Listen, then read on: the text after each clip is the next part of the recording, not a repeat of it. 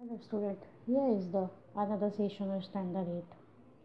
So now, as a previous lecture, मैंने आपको after 20 year एक स्टोरी एक्सप्लेन की थी, बताई थी मैंने आपको. It's a very interesting story, I know. But अभी स्टोरी के रिलेटेड कुछ एक्सरसाइजेस इस लेक्चर में मैं आपको एक्सप्लेन करूँगी. फर्स्ट ऑफ ऑल, ग्लोसरी तो लास्ट टाइम मैंने आपको एक्सप्लेन कर दी थी. Now we are starting here some MCQs. Okay, so the MCQs are here. Number 1, the business places that was or were open that night was where: A hardware store, B a cigar store, C a lunch counter, D both B and C. तो जब वो वहाँ पे police man वहाँ पे Avenue में घूम रहा था, पेट्रोलिंग कर रहा था, वहाँ पे कौन कौन से स्टोर्स थे या कौन कौन सी प्लेसेस थी, बिजनेस प्लेसेस जो ओपन थी. हार्डवेयर स्टोर तो क्लोज ही था एज यू नो, क्योंकि वो वहीं पे खड़ा हुआ था वेटिंग पर्सन. तो a cigar store and a lunch counter. So our answer is D, both B and C. So our answer is D because our answer is B and C. So इसमें both B and C दिया हुआ है.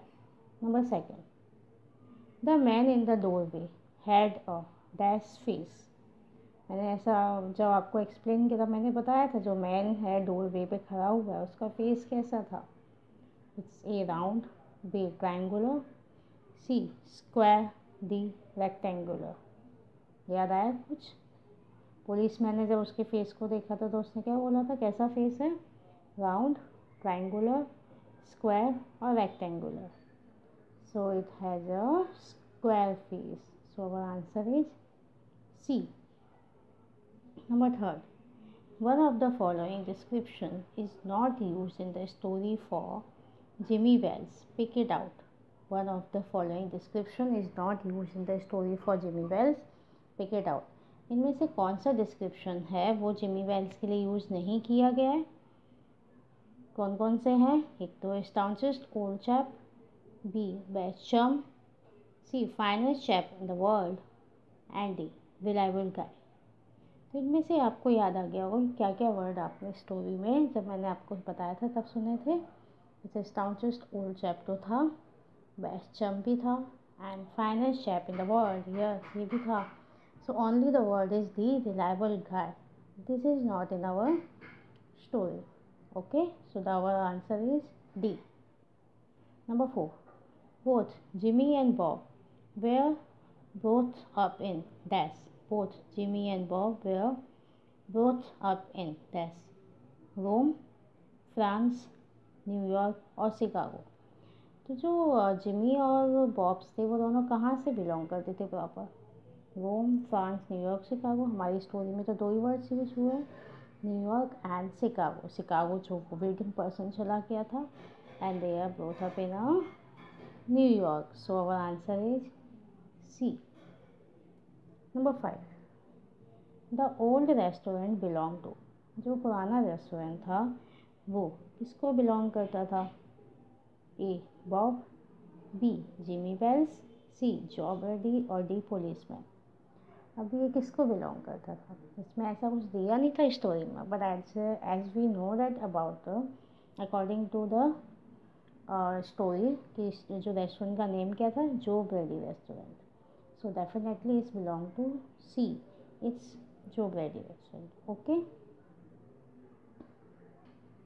Now number 6, dash is referred to as man from the west. इस story में किसको man from the waste कह के describe किया गया है? ना A Bob, B Jimmy Wells, C Joe Brady, D the man sent by Jimmy. इस स्टोरी में किसको रेफर्ड किया गया है? That is referred to as man from the west. Which person is referred as a man from the west? Yes, it's a Bob. So our answer is A. Number 7, the people in the street were few because. जो street में जो people या लोग थे वो कम थे, क्यों? A, it was almost midnight. B, there was a band to come out in the street all night, यानी इट वॉज ऑलमोस्ट मिडनाइट क्योंकि आधी रात हो चुकी थी। There was a band to come out in the street at night, उस street पे night में आना बैन था, मना था। There were chilly gusts of wind from van, यानी चारों तरफ क्या था, बहुत ठंडी हवा चल रही थी और बारिश के साथ में ठंडी ठंडी हवाएं चल रही थी। And here D, it was a stormy night, तो आपके अकॉर्डिंग ये तूफानी रात थी, तो आपके अकॉर्डिंग इन चारों में से क्या आंसर होगा उसका? It was almost midnight, there was a band to come out in the stream all night, there were chilly gusts of wind with rain, it was a stormy night. मैंने कौन से words use किए थे जब मैंने आपको story explain की थी? तो yes, it's there were chilly gusts of wind with rain. Yes, the answer is C. Clear? Number 8. The policeman on the beat has been termed as. The policeman on the beat has been termed as. जो policeman on the beat जो उसमें देख रहा है, अपनी beat पे चला जा रहा है, वो कैसे टर्म किया है, क्या बोला गया उसको? A, guardian of peace. B, vigilant officer. C, an accomplice of the criminal. D, statist old chap.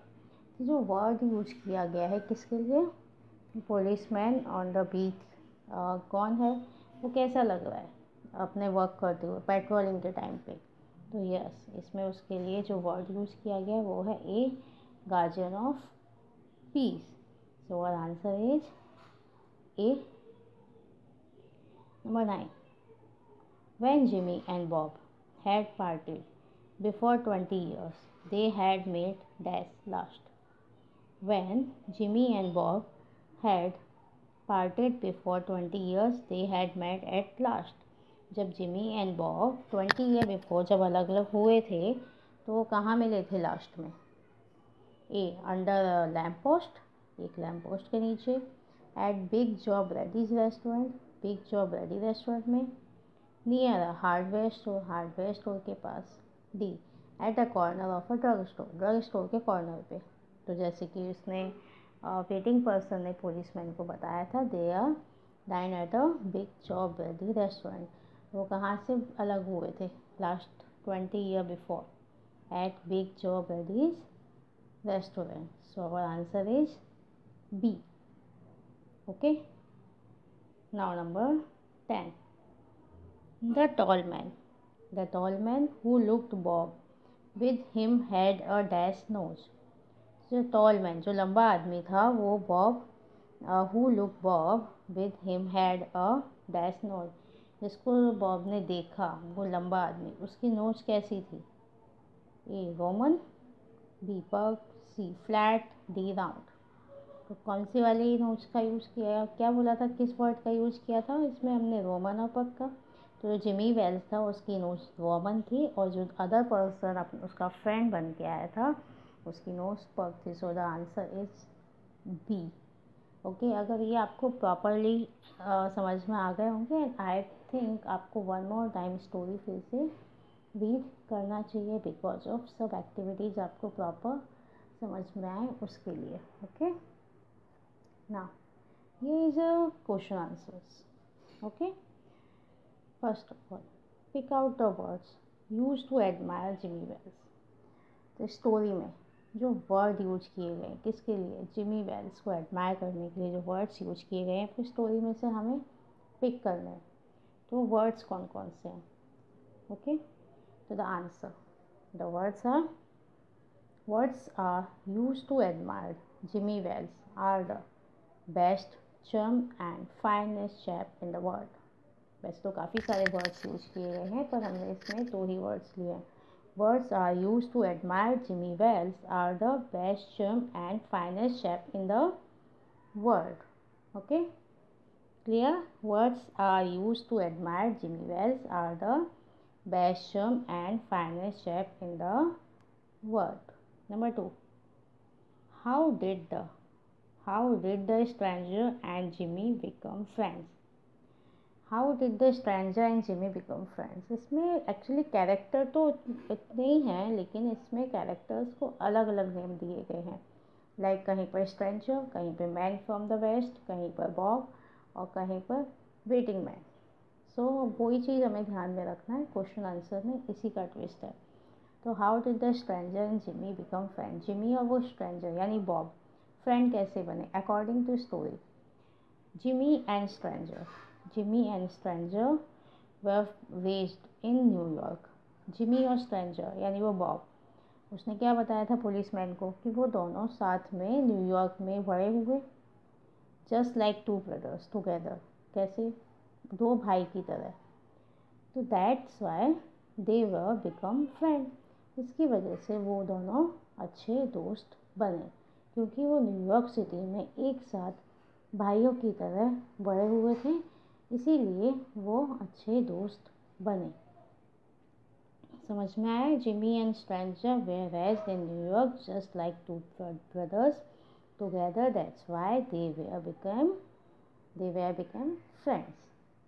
Clear. वैसे बाकी सब चैप्टर्स में एक्चुअली क्वेश्चन आंसर पैराग्राफ में से दिए हुए हैं, but in this chapter question answer हमें खुद से बताने होंगे। Okay, so next one is give the meaning of the make Fortune. So to give the meaning to make fortune and use it in your sentence।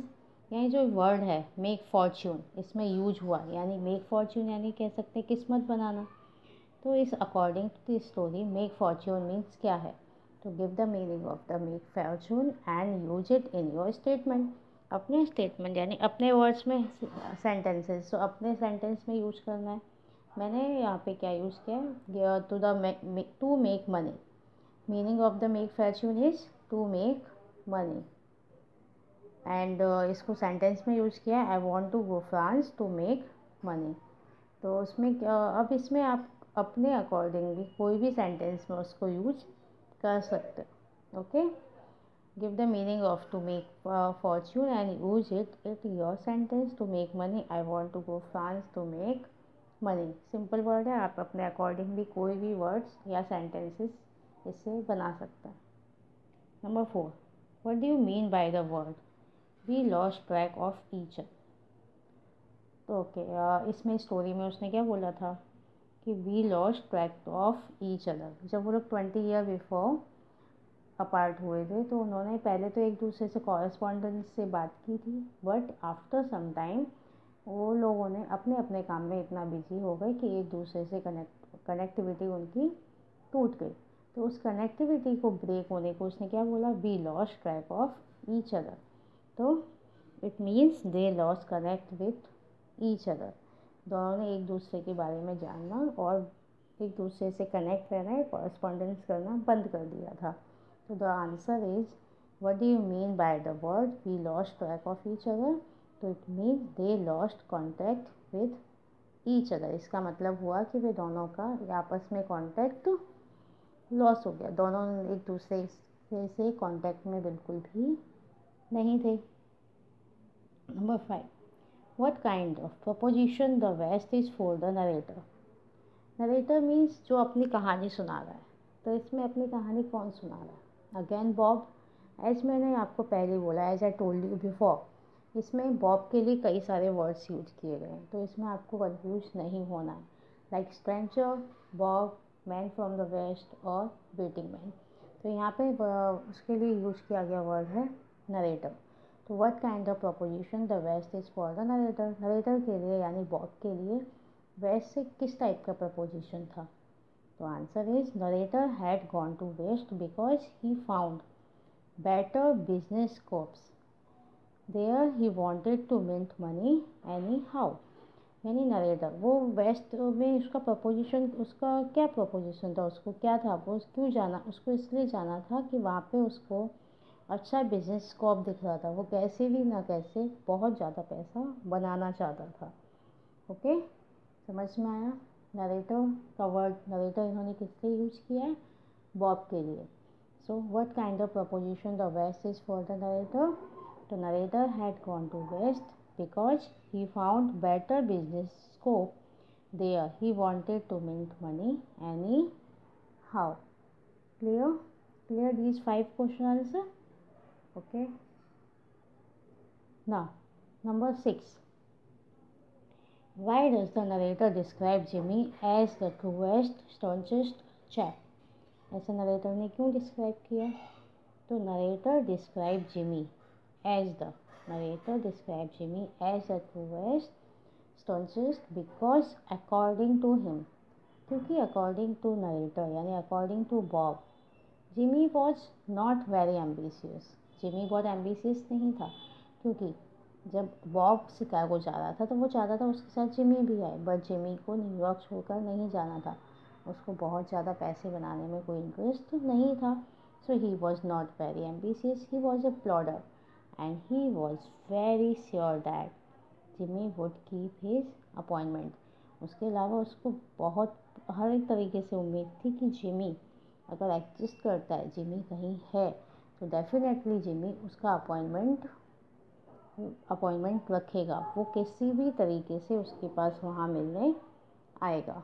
इतना उसको किसको, narrator यानी Bob को उसके ऊपर, जिमी के ऊपर इतना ट्रस्ट था कि 20 ईयर के बाद भी जिमी अगर एग्जिस्ट करता है तो he sure, very sure that Jimmy would keep his appointment. उनके अपॉइंटमेंट को रखने के लिए जिमी उससे मिलने वहाँ पे ज़रूर आएगा। समझ में आया? Now number 7. For whom are the words the new arrival used? For whom are the words the new arrival used? अच्छा, स्टोरी में न्यू अराइवल वर्ड किसके लिए यूज़ किया गया था? तो न्यू अराइवल वर्ड सबसे पहले कैरेक्टर कौन कौन से थे? The policeman and the waiting man. और जब पुलिसमैन के जाने के बाद में क्या हुआ? एक पर्सन, एक टॉल मैन जो कि सामने से आ रहा था और उसको डिस्क्राइब किया था एज अ जिमी वेल्स। तो the new arrival word is use for Jimmy the Bob's friend. जो न्यू वर्ड है, द न्यू अराइवल वर्ड, जो नया आने वाला पर्सन है, is use for Jimmy the Bob's friend. Bob के फ्रेंड के लिए वर्ड यूज किया गया था। तो for whom are the word the new arrival use, the new arrival word is use for Jimmy the Bob's friend. Okay, now number 8. What difference does Bob find in Jimmy after 20 years? सबसे पहले जब Bob Jimmy को मिला था तो उसने सबसे पहले क्या डिफरेंस नोटिस किया था? What difference does Bob find in Jimmy after 20 years? The answer, Bob finds the Jimmy taller than they met last. Jimmy, Bob को क्या लगा कि जिमी जब वो लास्ट टाइम मिले थे उससे ज़्यादा अभी टॉल हो गया है, लंबा हो गया है। समझ में आया? What difference does the Bob find in Jimmy after 20 years? Bob find the Jimmy taller than they met last. Clear? So these are all 8 question answers are clear for you, I hope. Now here is a true or false. Right or wrong? Number 1. The policeman on the beat knew that a criminal from Chicago was to come at that place. जो policeman था on the beat, उसको पता था कि जो Chicago का wanted criminal है वो यहाँ पे आया हुआ है? नो, उस टाइम उसको ऐसा कुछ पता नहीं था, इसीलिए रॉन्ग है। उसको कब पता चला एक ही जब वांटेड, वो तो अपने अपॉइंटमेंट के लिए आया था, बट उसको पता चला जब उसने उसके फेस को देखा था, जब वेटिंग पर्सन ने अपना सिगार लिट किया था, जलाया था। Okay, number 2. The appointment between the 2 friends was made 20 year ago. जो अपॉइंटमेंट थी जो 2 फ्रेंड्स के बीच में, वो उसको 20 साल पहले रखी गई थी। तो yes, it's right. 3. Never did the 2 friends correspond after their party. दोनों फ्रेंड्स ने अलग होने के बाद कभी भी एक दूसरे को कॉरेस्पॉन्डेंट यानी लेटर नहीं लिखे। इट्स रॉन्ग, उन्होंने स्टार्टिंग में लिखे थे 1 और 2 years. Number 4. The time fix for the meeting was 10 AM। जो उन्होंने टाइम फिक्स किया था वो 10 AM था। नहीं, ऐसा कोई एग्जैक्ट टाइम हमें स्टोरी में नहीं बोला गया है, बट 10 AM के 10 AM तो नहीं होगा ना, क्योंकि वो नाइट में मिले थे। तो डेफिनेटली वो जब वहाँ अप्रॉक्स 10 PM के आसपास वो पेट्रोलिंग मैन वहाँ पे पहुँचा था. So maybe it's a time 10 PM. So this is again wrong. Bob. Number 5. Bob had to compete with some very intelligent men to become rich. Bob had to compete with some very intelligent men to become rich. No, he is a criminal. So I don't think so. They are very intelligent. So Bob ने वहाँ जाके कोई intelligent persons के साथ compete नहीं किया. Number 6. The policeman on the beat had a stick in his hand. Yes, यहाँ पे क्योंकि stick की जगह club word का यूज़ किया है स्टोरी में. This is a one kind of sticks for the policeman. So this is again right. Number 7. Joe Brady restaurant had gone when the two friends met after 20 years. जब वो दोनों friend 20 year के बाद मिले थे तब तक जॉ ब्रेडी रेस्टोरेंट वो जा चुका था. तो yes, it's again right. Bob was not at all happy for being in the West for almost 20 years. Bob जो 20 years जो वेस्ट में निकाल के आया था उससे वो हैप्पी नहीं था.